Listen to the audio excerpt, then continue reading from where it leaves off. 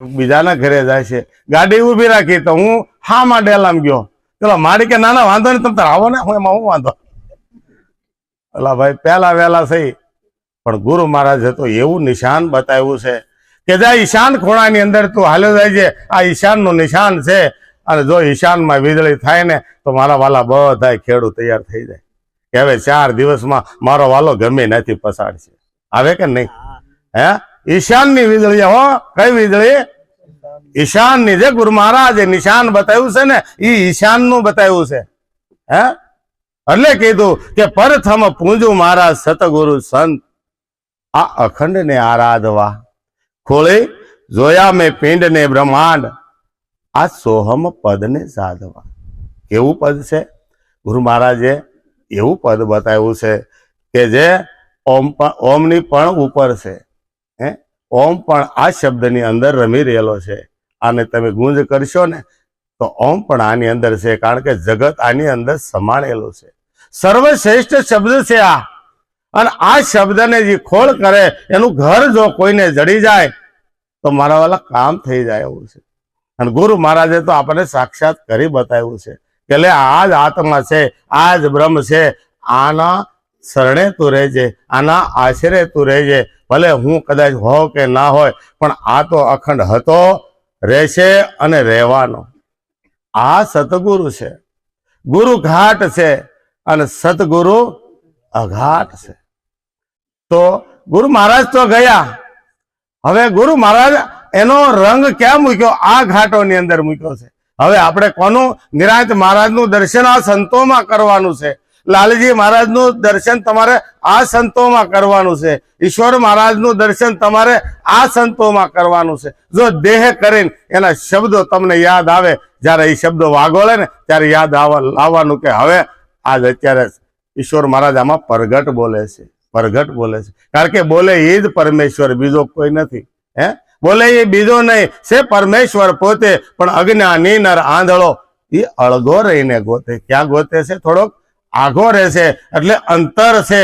પણ અંતર જ્યાં સુધી નહીં ભાંગે તો ગંગામાં કહે છે કે પાનભાઈ ત્યાં સુધી ઉભરોય ન આવે, ત્યાં સુધી ઉભરોય ન હોય. પણ આપણને ઉભરા ઘડીએ ઘડીએ આવે, એટલે દૂધના ઉફાળા ગોળે. હજી સમજાણું કાંઈ નથી, પણ ઉફાળા આવે છે. એ ઉફાળા આનો ઓલો ઉભરો, આમાં એટલો ફરક પડે ઉફાળામાં ને ઉભરામાં. હે, ઉફાળો ગેસ નો હોય અને ઉભરો હોય ને એ આનંદના ઓધ નો હોય. હે, ઉભરો હોય ને એ આનંદના ઓધ નો હોય. આનંદના ઓધ વળી જાય અને અંદરથી આનંદ થાય ને ત્યારે એકલા એકલા દાતા, વાહ મારા નાથ, વાહ શું તે મને લીલા બતાવી છે. તમે કેમ કીધું? મને સપનામાં આવ્યો. હે, આખું વિચીને બેહો, તમે ધ્યાનમાં બેહો કે સપનામાં બેહો, બે વાત તો એક જ હરખી. એમાં શું ખડું થવાનું ભાઈ? કોઈ બી સ્વરૂપ ખડું થવાનું. સપનું ખડું થાય તો સપનાનો પુરુષ કોણ? સપનાનો પુરુષ પણ એ છે મન. સપનાનો દ્રષ્ટા પણ છે મન, અને સપનાની અંદર જે કામ કરી રહ્યું છે એ છે પણ મન. આ મનના જ રૂપ છે બધાય. હે, પણ ગુરુ મહારાજે એવું કીધું છે કે ભાઈ મનની પહેલી પાર જાય ને ત્યારે મોજ આવશે, ત્યારે આનંદ આવશે. હે, એના વગર આનંદ આવતો નથી. એટલે કે છે કે પ્રથમ પૂજું મહારાજ સતગુરુ સંત, આ અખંડ ને આરાધવા. કેવો સંત કીધો? કેવો સદગુરુ કીધો? અખંડ છે એ ક્યારેય ખંડિત ન થાય.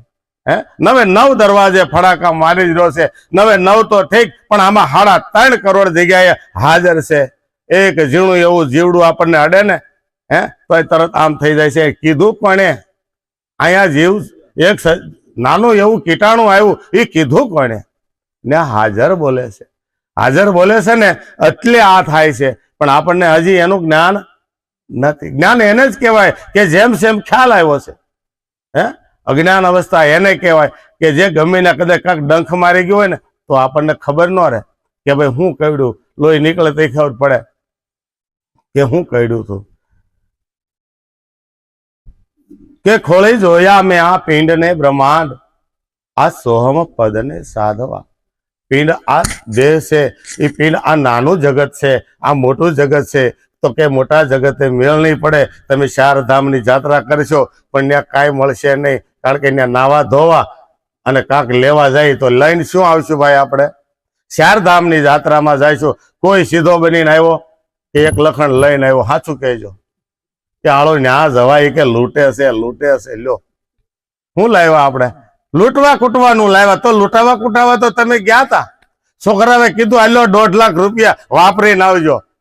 50,000 માં પૂરું કર્યું, બાજુવાળા દામભાઈ ને આપ્યા વ્યાજે, અને એને મારું બુસ ગયું બધે. એને કહેતા ઓલે પણ દઈ દીધા હોત તો, હે આ દઈ દીધા જેવું છે.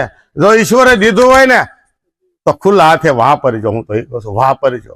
દીધું હોય તો ઉછીના લઈને કે વ્યાજે લઈને નહીં.